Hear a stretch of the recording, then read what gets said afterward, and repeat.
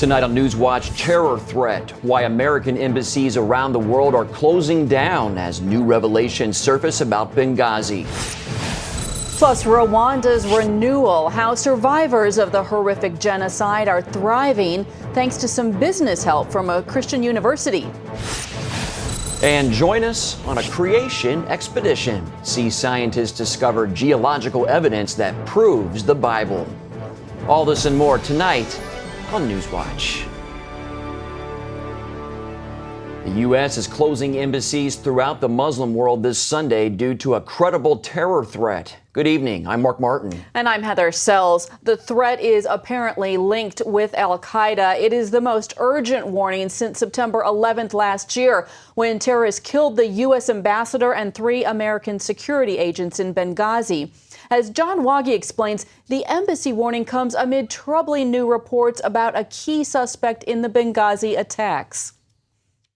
Authorities called the threat specific and credible after U.S. intelligence assessed the work of Islamic jihadists. The department, when conditions warrant, takes steps like this to balance our continued operations with security and safety. Embassies in Iraq, Afghanistan, Egypt, and Yemen are among those closing from the Middle East to Central Asia. At the White House Thursday, President Obama met with the president of Yemen, where al-Qaeda has had a major influence. These threats are not only transnational in nature, but also cause severe hardship for the people of Yemen themselves. The embassy closings come nearly a year after the deadly attack on the U.S. consulate in Benghazi that killed U.S. Ambassador Chris Stevens and 3 military people at the compound. Meanwhile, a new CNN report reveals dozens of people working for the CIA were on the ground that night in Benghazi. And CNN says the agency has taken extraordinary measures to make sure no one finds out what they were doing. Some of the operatives involved in Libya had to take lie detector tests once a month to see if they've been talking to the media or Congress, with sources saying leaks could end careers.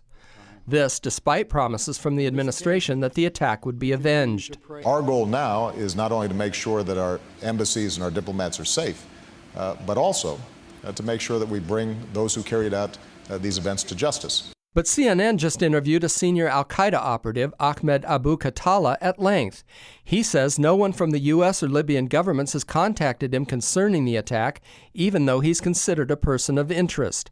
That virtually guarantees more investigation by Congress into the cover-up of a scandal the White House has called phony. John Waggy, CBN News. Iran's new president made anti-Israel comments today as Iran celebrated his upcoming inauguration Sunday. Hassan Rouhani said the Zionist regime has been a wound on the body of the Islamic world for years and the wound should be removed. Later comments on Rouhani's website deleted that direct reference to removing Israel. The new comments cited him only as saying, quote, "The occupation of Palestine and Jerusalem is a wound on the body of the Islamic world." Iran, of course, has long viewed Israel as its archenemy, and most expect that view will continue. But the new president has also promised to follow a path of moderation and allow greater openness over Iran's nuclear programs. President Obama's controversial choice to serve as U.S. ambassador to the UN has been approved. The Senate voted 87-10 to confirm Samantha Power to the post. Power has been an outspoken critic of Israel, and some accuse her of anti-Semitism. She also says gay rights are central to America's global human rights agenda. The man accused of the Fort Hood massacre is renouncing his U.S. citizenship. That news comes days before his trial for the 2009 rampage that killed 13 soldiers and wounded more than 30 others. Major Nidal Hassan just released some of his writings about America and Islam to Fox News. He has renounced his soldier's oath and denounced democracy, saying it is not permissible for someone to prefer American democracy over Islamic Sharia law. Hassan also described the deceased al-Qaeda terrorist Anwar al-Awlaki as his teacher, mentor, and friend. An interview with a Muslim author who's written a book about the life of Jesus is stirring up controversy and going viral on the internet. But it's not because the book attempts to discredit the Christian faith, which it does. Rather, it's because of the questions Fox News interviewer Lauren Green asked of Reza Aslan, author of Zealot, The Life and Times of Jesus of Nazareth. Take a look. You're a Muslim, so why did you write a book about the founder of Christianity? I am an expert with a PhD in the history of religions. To be clear, I just want to emphasize this one more time. I am a historian. I am a PhD in the history of religions. This isn't a Muslim opinion. This is an academic work of history. More on this, we're joined by Dan Gaynor with the Media Research Center.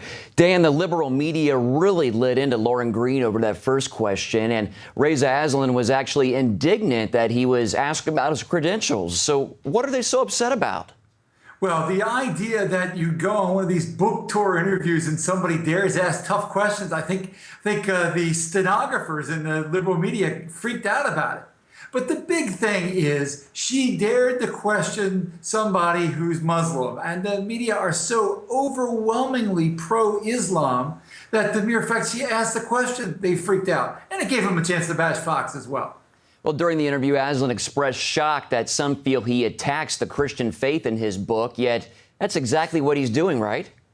Oh, the entire premise of this book. I mean, here's a guy who was raised Muslim, who quit and became a Christian, allegedly, and then went back. So he's sort of a double convert. And he's, going out there doing a book about the so-called historical Jesus. For anybody reading between the lines, that means basically you're saying Jesus as a historical figure who was killed, not because of his faith or anything like that. Oh, he was just a rabble-rouser. No, the entire book denies the divinity of Christ, which, of course, is in keeping with the Muslim faith. So it's not surprising. And Lauren Green pointed that out. Well, that interview has been called wacky by one writer, and another says that Fox News and Lauren Green need to apologize to Reza Aslan. What does that say to you about the left-leaning media?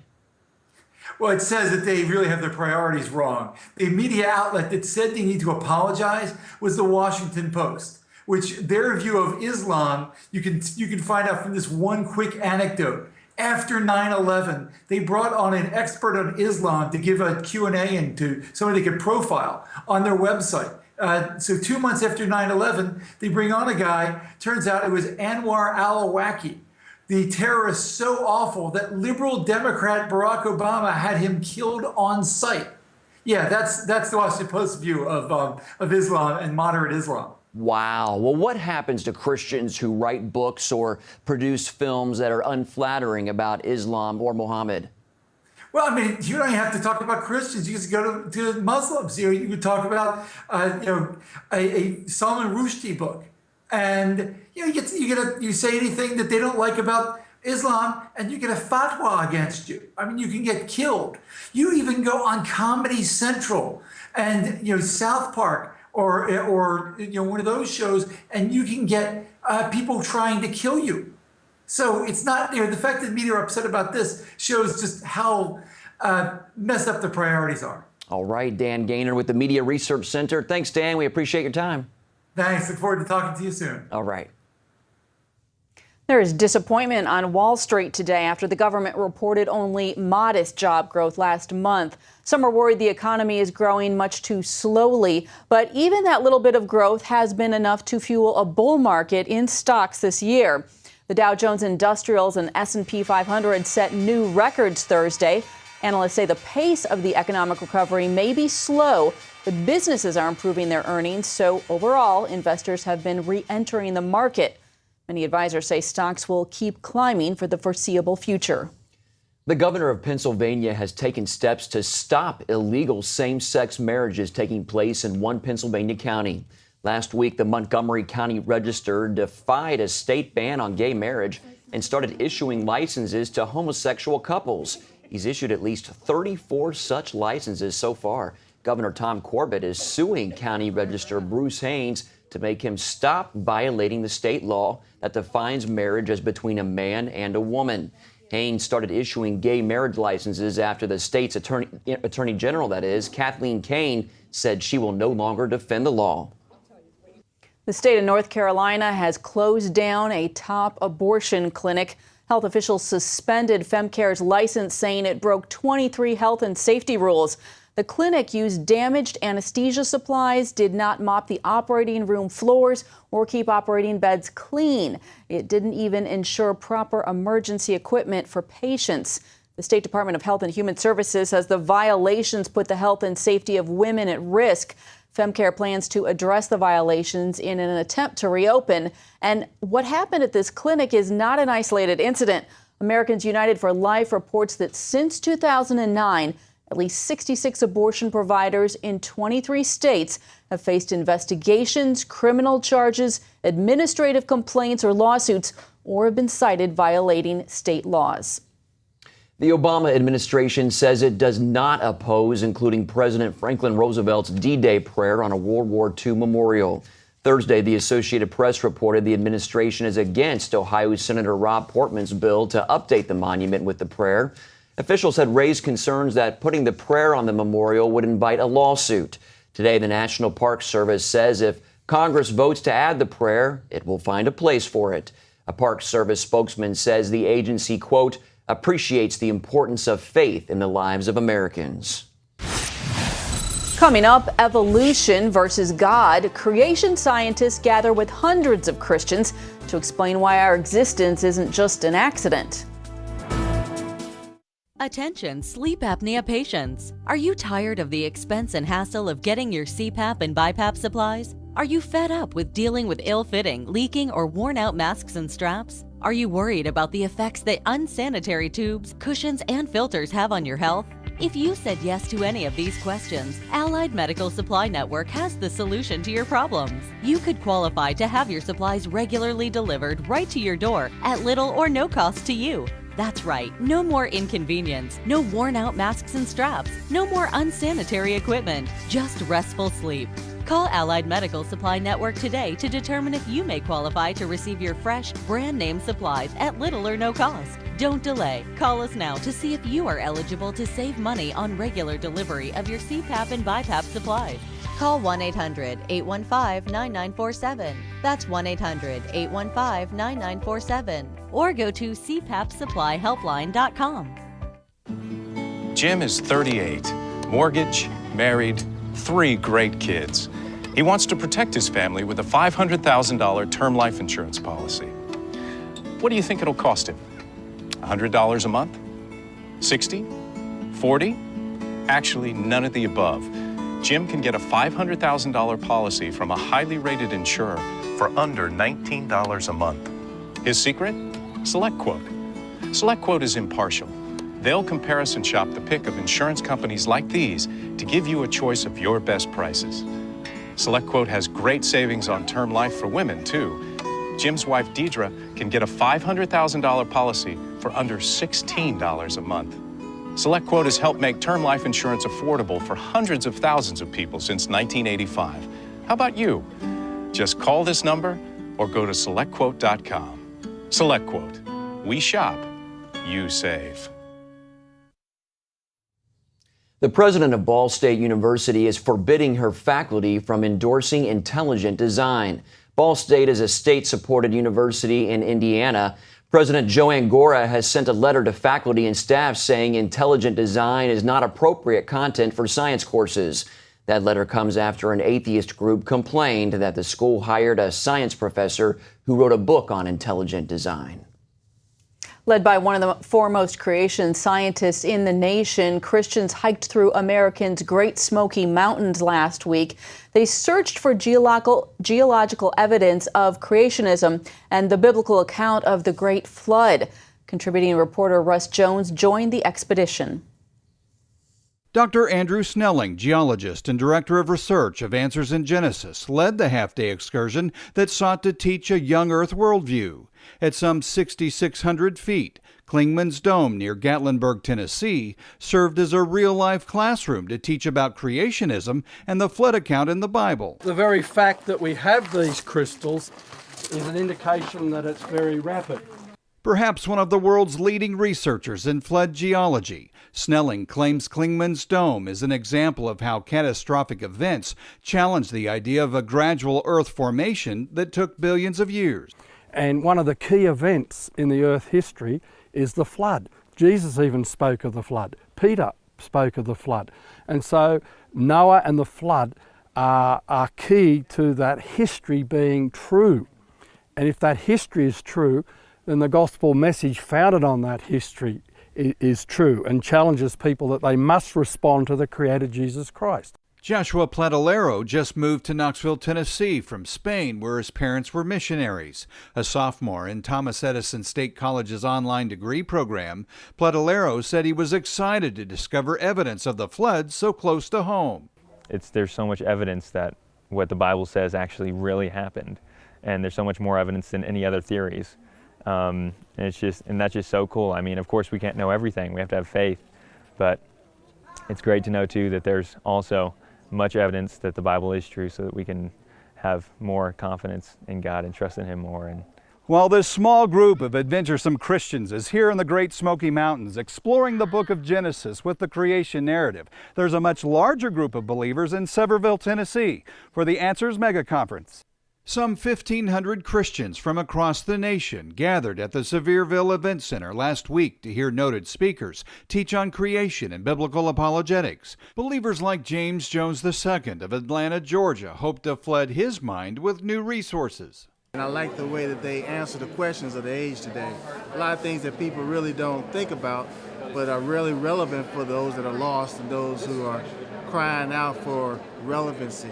Jones, who works with inner city youth, says he needs all the tools he can get to defend the gospel. It really helps a lot when you're around other believers who are like-minded from different areas to be able to help share with you their experience as far as talking, their experience as far as being able to have the courage to be able to talk to people, as well as share information. Tools and encouragement to help others realize that our world and existence isn't an accident, but the handiwork of a purposeful and loving Creator. In Sevierville, Tennessee, I'm Russ Jones. Hello? Is this thing on? Hey, kids, do you love games?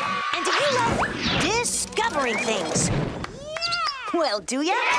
Then you're gonna love this. It's the new free Superbook Kids Bible app. You can play games, watch videos, find answers to your questions, and a whole lot more. The new Superbook Kids Bible app. Free downloads available on iTunes now.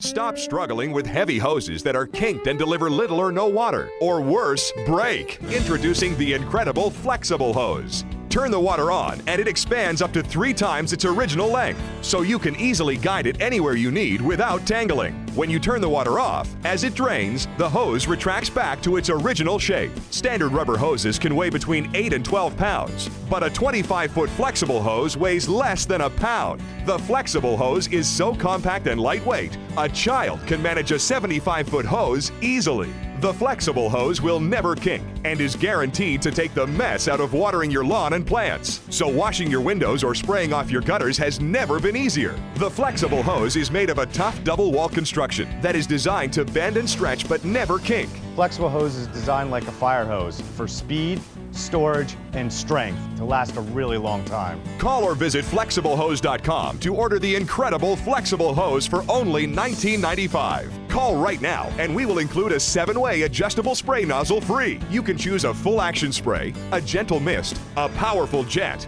a vertical mist, flat spray, a cone spray, or a soaker setting. So stop coiling your hose with bulky devices. Flexible Hose automatically retracts in seconds and weighs less than 1 pound. In fact, a 75-foot hose easily fits in a small bucket and stores away neatly in a drawer. Flexible Hose saves you precious space on boats and is perfectly portable for RVs. But wait, order today and we'll give you a second Flexible Hose system free. Just pay separate processing and handling. That's 2 Flexible Hoses and 2 7-way adjustable spray nozzles, a $40 value, all for only $19.95. This offer is not available in any store. Order now. To order Flexible Hose and take advantage of this amazing double offer, call 1-800-769-3384 or go to flexiblehose.com. Remember, this offer is not available in stores, so call now. Converting to Christianity without government permission could soon be a crime in one state in India. Lawmakers in Madhya Pradesh have approved a bill that now awaits the governor's signature. The state is ruled by a Hindu nationalist political party. The new legislation requires pastors and potential converts to notify government officials 30 days in advance. Those failing to do so face a fine and up to 3 years in jail. Christians in the state are urging the governor not to sign the bill. Just 20 years ago, Rwanda was in ruins after a brutal genocide, but now it's become one of Africa's surprising success stories. One reason is it's homegrown entrepreneurs. And as Ephraim Graham reports, Regent University is helping hundreds of Rwandans turn bright ideas into thriving businesses.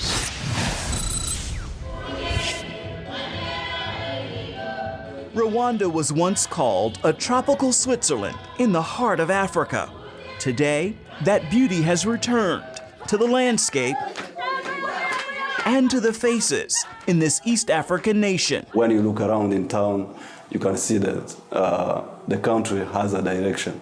Many credit President Paul Kagame for giving the country that direction. To want a prosperous nation, to want your people to have ownership. It was Kagame and the Rwandan Patriotic Front that led its people out of genocide in 1994. This land of 1,000 hills saw nearly 1 million people killed in just 100 days of ethnic violence. During that time, Serge Kamari returned to Rwanda from Congo and joined the RPF army in fighting. There were so many problems going on. One time you have one group of people who are killing the others, and you also have another group of people who are working hard to stop the killing and to also bring back so many Rwandans that were living outside of the country. And it happened. That's one thing that I'm proud of being Rwandan, that we solved our own problem. Serge is now helping boost his country's growing economy. He owns Jalen's Bakery, a spot for tourists and Rwandan transplants to socialize, satisfy their sweet tooth, and even grab a freshly baked bagel. It's only 2.5 months that we're here, and it is a success. Kamari began writing his business plan as a student at Rwanda's Business Development Center, or BDC. It's a hands-on 14-week school created by Regent University's Center for Entrepreneurship. It changed what I learned or knew about business. And one particular thing I remember is that they taught us to do business not from our head, but from our heart. Serge Kamari is one of 200 entrepreneurs who learned to build a successful business through Regent's Development Center here in Rwanda. And that kind of success has allowed the school to expand its program to Uganda and India. We exist to help transform people and nations using business. Jason Benedict helped to get the center running. The government here in Rwanda threw the door open for us and said, you know, we want to be the first. And so they actually helped make that happen. We are among the top and fastest growing economies in Africa. So, and a place where doing business is convenient. Jean Bosco Ayachu is the Development Center's CEO. The former banking executive is also a graduate with 2 successful businesses. Our aim is to make sure that the graduate has a viable and a profitable business. The BDC pairs graduates with mentors from around the world. Jean Bosco sees an even bigger lesson taught by the school. How do you give back to the community? How do you support other individuals to reach their full potential? That lesson comes to life back at Jalen's Bakery. The shop is named after Serge's wife, Jennifer Lynn, who came to Rwanda from Canada as a missionary. I remember particularly they said it's good to find a business that you have the skill, or people who will work with you who have the skill. And I remember that in my own family, I have a wife who's an excellent baker. It was just like, here's a gift from God. So that's how we're treating this place. It's a gift. And so we're responsible for that. Serge and Jennifer employ 20 people, 17 of them struggling women. They all come from situations where they would not be able to pay the rent, put food on the table, pay for school fees for their children.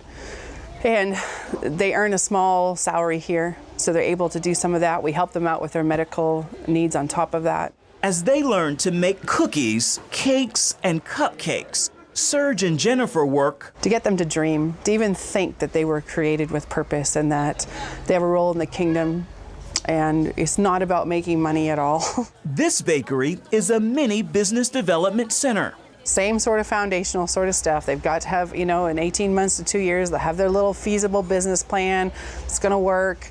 They can go and they can implement their business, and we'll help them, do that with whatever, they save some capital, we'll add to it, whatever that looks like. They can start their own entrepreneurial businesses. And, it's great that they work here. I love each one of them, but I want them to move beyond me. It's a concept that can only add to the country's beauty.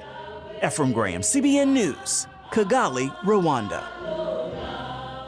And to learn more about Regent University's Center for Entrepreneurship, you can check it out online at regent.edu. We'll be right back. When it's warm, you'd love to open every door and let fresh air into your home. The trouble is, you'd end up letting lots of bugs into your home as well. Now there's Magic Mesh, the new type of screen door that opens easily and then magically closes itself behind you. So if your hands are full, or you have a forgetful family member, you can still let fresh air in and keep annoying bugs out. The secret isn't really magic, it's magnets. 18 magnets to be exact. When you separate them, they automatically snap back together, so bugs have little chance to enter. Magic Mesh is perfect for single doors. A must-have for homes with sliding doors. It is even great for campers and RVs, because even when your hands are full, Magic Mesh will snap closed behind you. That makes it great for pets too, because instead of scratching and whining, they can come and go as they please, and it puts an end to slamming doors because it closes gently every time. Plus, it's so easy to install. No nails, no screws, no tools. Goes up in seconds and stays up all season long, no matter how often you, your kids, or your dog go through. So let the fresh air in and keep those annoying bugs out with Magic Mesh, a $40 value, yours for just $19.95. Best of all, Magic Mesh saves you money because when it's nice, leave those doors open. You won't have to use air conditioning. And when the weather turns chilly, just take it down and store it away for next year. But wait, call right now and we'll double the offer. Just pay separate processing and handling. Use one for your sliding door and one for your back door. One for your home and the other for your RV. That's right, you get 2 Magic Mesh curtains for just $19.95. That's less than $10 each. Don't delay. Call and order yours today. Call 1-800-731-6141 to order Magic Mesh for $19.95 plus processing and handling. Or log on to buymagicmesh.com. Call or log on now. Finally today, Christian love in action. Operation Blessing is offering urgently needed aid to South Sudanese refugees. The ongoing conflict in Khartoum and Darfur has forced families to flee their homes in search of safety. OB, in partnership with the Rumbek Catholic Diocese, has distributed 25,000 pounds of food. Refugees received items like beans, rice, flour, and other relief supplies. That's great, and great to see OB involved once again, Operation Blessing. Key area. Yeah. That's all for this edition of NewsWatch. Remember, you can email us your comments and questions at newswatch@cbn.com. Have a great weekend.